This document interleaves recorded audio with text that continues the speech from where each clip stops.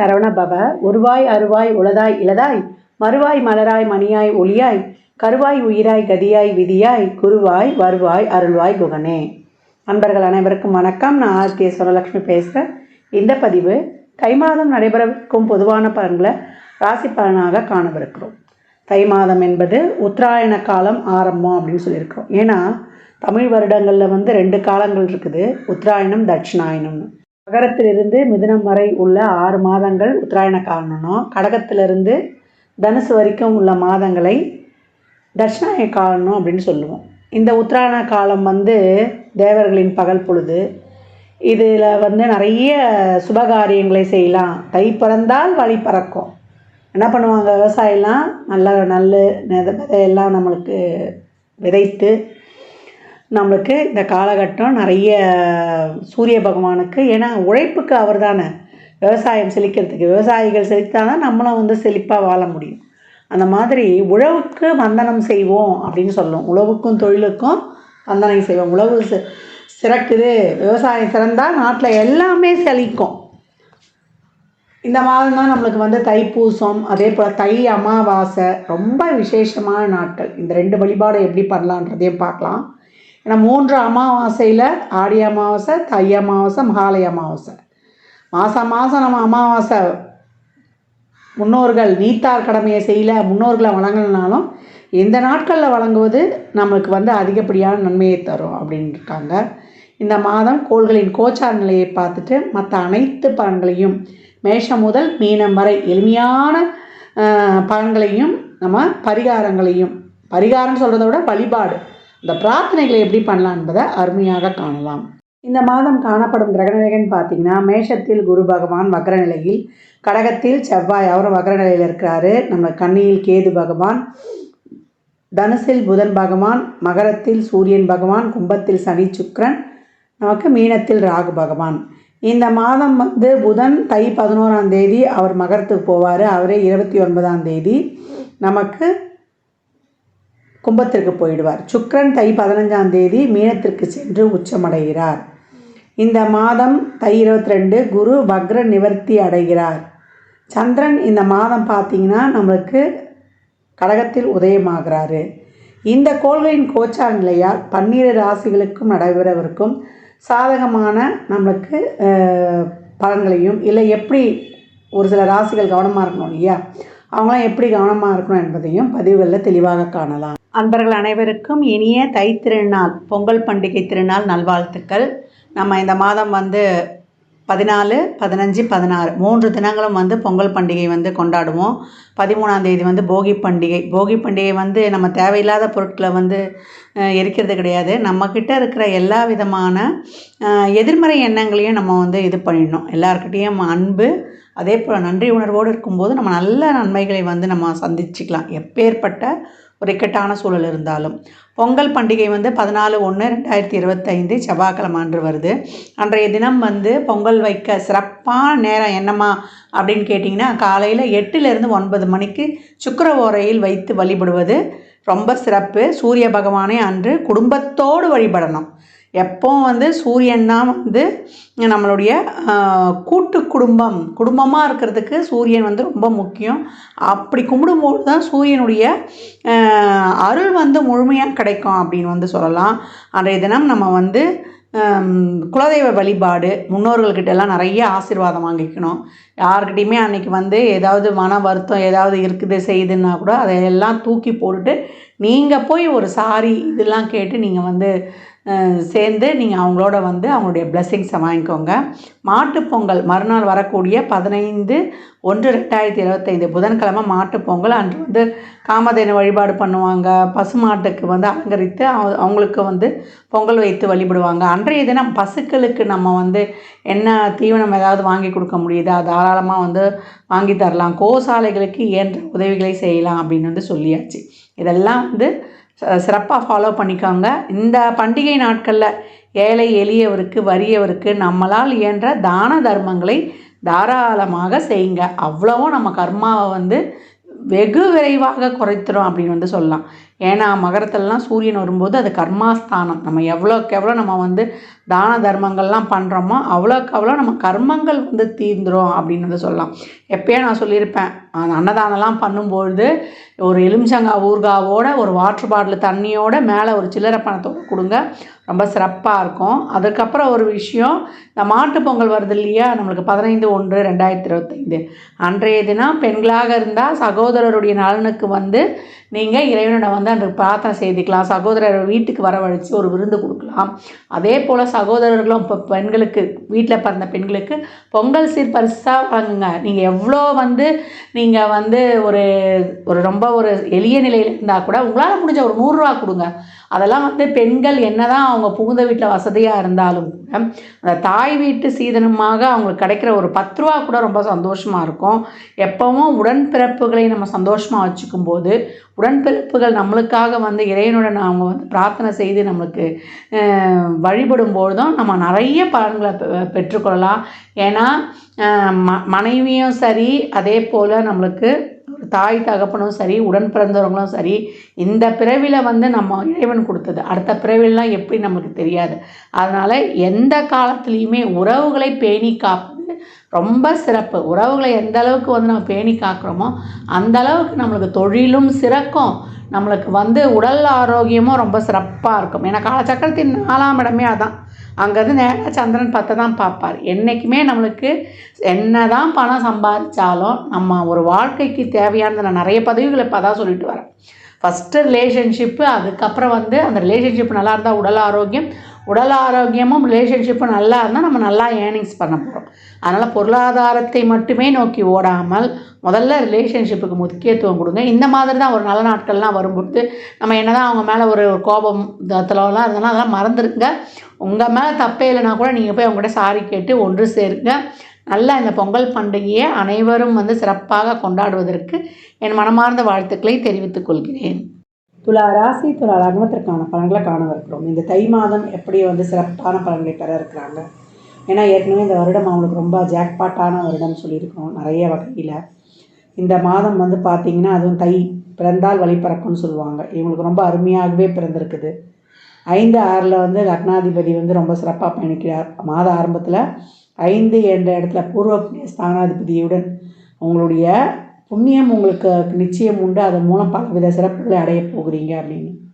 தொழில் ரொம்ப சிறப்பாக இருக்கும். தொழிலில் போடக்கூடிய எல்லா விதமான முயற்சிகளும் உங்களுக்கு நல்ல பலனை தரும். வெளியூர் வேலை வாய்ப்பு, பதவி உயர்வு, ஊதிய உயர்வுடன் கூடிய உத்தியோக உயர்வு, இதெல்லாம் ரொம்ப சிறப்பாகவே இருக்கும் அப்படின்னு வந்து சொல்லலாம். மத்திய, மாநில, ஸ்டேட்டு, சென்ட்ரல் போர்டு எப்படி வேணாலும் ரொம்ப அருமையாக இருக்கும்.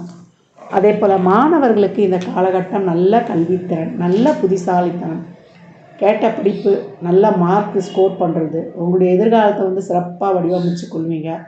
உங்களுக்கு எல்லா வகையிலும் ரொம்ப சிறப்பாக உங்களை தேடியே வந்து கிடச்சிடும் அப்படின்னு வந்து சொல்லலாம். இந்த காலகட்டம் சொத்தில் இருக்கிற பிரச்சனைகள் நீங்குவது, ஒரு வீடு, வண்டி, வாகன யோகம் இதெல்லாம் சிறப்பாக அமைவது, அதெல்லாம் ஒரு பிராண்டடாக அமைவது, பயணங்களால் லாபம், ஒரு சிலருக்கு வந்து குலதெய்வ கோயிலுக்கு போய் வழிபடுற ஒரு வாய்ப்பு, நேர்த்தி கடனெல்லாம் நிறைவேற்றுறது. அதே போல் இந்த காலகட்டம் வந்து திருமணம் சார்ந்த விஷயங்கள்லாம் ரொம்ப சிறப்பாக பேசி முடிக்கப்படும். உங்களுடைய புத்தி, உங்களுடைய திறமை, உங்களுடைய பலம், உங்களுடைய தனித்தன்மை நிரூபிக்கக்கூடிய காலம். நீங்கள் யாருன்னு நிரூபிப்பீங்க. நீங்கள் யார், உங்களுடைய அடையாளம் என்ன அப்படின்றத சமூகத்துக்கு எடுத்து காட்டக்கூடிய காலம். அனைத்து விதமான வெற்றி வாய்ப்புகளும் பெறுவீங்க. ஒரு கலைத்துறையாக இருந்தாலும், ஒரு ஸ்போர்ட்ஸ் துறையாக இருந்தாலும், அதே போல் நம்ம வந்து ஒரு போட்டியில் வெற்றி பெறுறோம் அப்படின்னாலும் இந்த காலகட்டம் வந்து ரொம்ப சிறப்பாக இருக்கும் அப்படின்னு வந்து சொல்லலாம். யாருடைய உதவியாவது இந்த காலகட்டம் கிடைக்கும். ஒரு மீடியா ஃபீல்டுலாம் இப்போ மிகப்பெரிய அபார வளர்ச்சியை வந்து இட்டோம் அப்படின்னு வந்து சொல்லலாம். ஒரு என்டர்டெயின்மெண்ட் ஃபீல்டாக இருந்தாலும், இல்லை ஒரு நான் ஏற்கனவே சொன்ன மாதிரி தான் விருதுகளில் இந்த காலகட்டம் வந்து வாங்கி கொடுப்பீங்க. கலைத்துறை, அதே போல் படிக்கிற பசங்கள்லாம் ஸ்டேட் ஃபஸ்ட்டு வரக்கூடிய வாய்ப்பும், அனைத்து துறையில் இருப்பவங்களும் பெண்கள்லாம் வந்து பயங்கர ஒரு தொழில் முனைவோராக வந்துருவீங்க. ஒரு ஃபுட்டில் ஐட்டம்ஸில் வந்து ஒரு சும்மா ஒரு சாதாரணமாக ஒரு டீ ஷாப் மாதிரி வைப்பீங்க. அது ஒரு பெரிய ஒரு ஹோட்டல் மாதிரி ஆகிடும். நல்லா வந்து எல்லாருமே வந்து இது பண்ணுற மாதிரி அப்படியெல்லாம் வந்து ஒரு சிறப்பான நிகழ்வுகள் இப்போ காணப்படும். எல்லாத்துலேயுமே சமுதாயத்தில் உங்களுக்குன்னு ஒரு அடையாளம், தொழிலில் உங்களுக்கான ஒரு அடையாளம், மதிப்பு, மரியாதை, அங்கீகாரம், குழந்தை பாக்கியத்திற்கான வைத்தியங்கள்லாம் ரொம்ப சிறப்பாக கை கொடுப்பது. ஆரோக்கியத்திலேருந்து அந்த ஆரோக்கிய குறைபாடுகள்லாம் ஒரு சிலருக்கு நல்லாவே நீங்கி மாற்று மருத்துவத்தின் மூலம் ரொம்ப சிறப்பாக இருக்கும். இது வரைக்கும் இயங்காதவர்கள் கூட இப்போ வந்து ரொம்ப ஆக்டிவாக வந்து இது பண்ணுவாங்க. நான் 6-8 பரிவர்த்தனை ஆகிடுச்சு. இந்த காலகட்டம் வந்து இது விபரீத ராஜயோகம்னு கூட வந்து சொல்லுவாங்க. அந்த 6-8 கிரகங்கள்லாம் பரிவர்த்தனை அடைகிறது ரொம்ப சிறப்பு. அதான் சொல்லிட்டேன்னா, உங்களை இன்னார்னு நிரூபிப்பீங்க சமுதாயத்தில். எந்த பிரச்சனையையும் எவ்வளோ பெரிய இக்கட்டான சூழலையும் வென்று நிற்கக்கூடிய வாய்ப்பு. இதே வந்து ஒரு ஷேர் மார்க்கெட்டு, அதிர்ஷ்ட சார்ந்த துறையெல்லாம் முதலீடு செய்கிறவங்களாம் கொஞ்சம் நார்மலாக இன்வெஸ்ட்மெண்ட் பண்ணுங்கள். முதலீடுகளில் கவனம் தேவை. உங்களுடைய ஜாதகங்களை வந்து ஆய்வு செய்து கொள்வது ரொம்ப சிறப்பாக இருக்கும். துலாம், இந்த மாதம் ஆரம்பத்திலேயே எல்லாத்துக்குமே ஸ்டார்ட் பண்ணிவிடுங்க. உங்களுடைய அனைத்து விதமான சுப செயல்பாடுகளுக்கும் சுப வேலைகளுக்கும் எல்லா ஆயத்த பணிகளும் ரொம்ப அருமையாக நடைபெற்றுடும் அப்படின்னு வந்து சொல்லலாம். வயதாகிடுச்சு, நாங்கள் ஏதாவது பண்ணலாமா அப்படின்றவங்களுக்கு இப்போ அருமையாக இருக்குது. தசாபதி சிறப்பில்லாதவர்கள் கொஞ்சம் வந்து உடல் ஆரோக்கியத்தில் வந்து கொஞ்சம் கவனம் எடுத்துக்கோங்க. ஏன்னா குருவம் வந்து வக்ர நிவர்த்தி ஆகிடுவார். அதனால் இந்த காலகட்டம் அனைத்து கிரகங்களும் உங்களுக்கு ரொம்ப சிறப்பாக, அது ஒரு ஆசி அதிபதியும் உச்சமாகக்கூடிய இடத்துல. அதனால் நீர்வழி பயணங்கள்லாம் போகிறோம் அப்படின்றவங்கெல்லாம், அதே போல் எதிர்பார்க்கலாம் உறவுகளில் கொஞ்சம் நிறைய விட்டு கொடுத்து போயிடுங்க. கமிட்மெண்ட்ஸில் வாக்குறுதிலாம் கொஞ்சம் கவனம் அதிலெல்லாம் கொஞ்சம் வச்சுக்கோங்க. மற்றபடி உங்களுக்கு அனைத்து விதமான சுப நிகழ்வுகள், சுப செயல்பாடுகள் எல்லாத்துக்குமே ரொம்ப ஆப்டாக இருக்குது. இறை வழிபாட்டுடன் கடந்து வந்துடுங்க. இந்த காலகட்டம்லாம் தைப்பூசன்றதுனால பழனிக்கு பாத யாத்திரைலாம் நிறைய பேர் போவாங்க. அவங்களுக்கு சாப்பாடு வாங்கி கொடுங்க. அவங்களுக்கு வந்து செப்பல், பெட்ஷீட்டு, குழந்த குளிரில் படுப்பாங்க இல்லையா, அவங்களுக்குலாம் வாங்கி கொடுங்க. மிகப்பெரிய பொருளாதார வளர்ச்சியை வந்து காணுவீங்க. அமாவாசையில் நீத்தார் கடமை, முன்னோர்களுக்கான காரியங்களையும் சிறப்பாக வழிபடுங்க. அன்றைய தினத்தில் வந்து குலதெய்வ வழிபாடு செய்வதும் ரொம்ப சிறப்பு. அதை எப்படி இன்னும் பண்ணணுன்றதை இறுதியில் வந்து கொடுக்குறேன். அதையும் வந்து பின்பற்றி உங்கள் வாழ்வை வளமாக்கி கொள்ளுங்கள். அமாவாசை பௌர்ணமியில் கோயிலுக்கு, அதாவது ஒரு நாகத்தை குறையாக வைத்திருக்கக்கூடிய அம்மன் கோயில்களில் எலுமிச்சம்பழம் வாங்கி கொடுங்க. 33, 15 அந்த மாதிரி 6 எண்ணிக்கையிலையோ இல்லை ஒரு 9 எண்ணிக்கையிலையோ வாங்கி கொடுக்கும்பொழுது அவங்களுக்கு சிறப்பாக பண வருவாய், தன வருவாய், உங்களுடைய முன்னேற்றம், எதிர்பார்க்காத மிக சிறப்பான திடீர் அதிர்ஷ்டமும் உங்களை வந்து சேரும் அப்படின்னா அது மிக கிடையாது. இந்த பலன்கள்லாம் கோள்களின் கோச்சார நகர் வைத்து சொல்லப்பட்டிருக்கு. உங்கள் சுய ஜாதகத்தில் இப்போ என்ன தசாபதி நடக்குது, அது எதற்காக உங்களுக்கு ஊக்கப்படுத்துது, அது திருமணம், குழந்தை பாக்கியத்திற்கா இல்லை பொருளாதார முன்னேற்றத்திற்கா என்பதெல்லாம் உங்கள் சுய ஜாதகத்தை ஆய்வு செய்வதன் மூலம் மட்டுமே நாம் தெல்ல தெளிவாக அறிந்து கொள்ள முடியும். துலா ராசி லக்னக்கார அன்பர்களுக்கு என் மனமார்ந்த வாழ்த்துக்களை தெரிவித்துக் கொள்கிறேன். மாதம் வந்து வழிபட வேண்டிய 3 எளிய வழிபாடுகள் என்னென்னு கேட்டிங்கன்னா, தை அமாவாசை, ரத சப்தமி, நம்மளுக்கு வந்து தைப்பூசம். இந்த 3 வழிபாடுகளையும் எளிமையாக பின்பற்றி வரக்கூடிய நாட்களில் வந்து சிறப்பான பலன்களை பெற்றுடலாம்.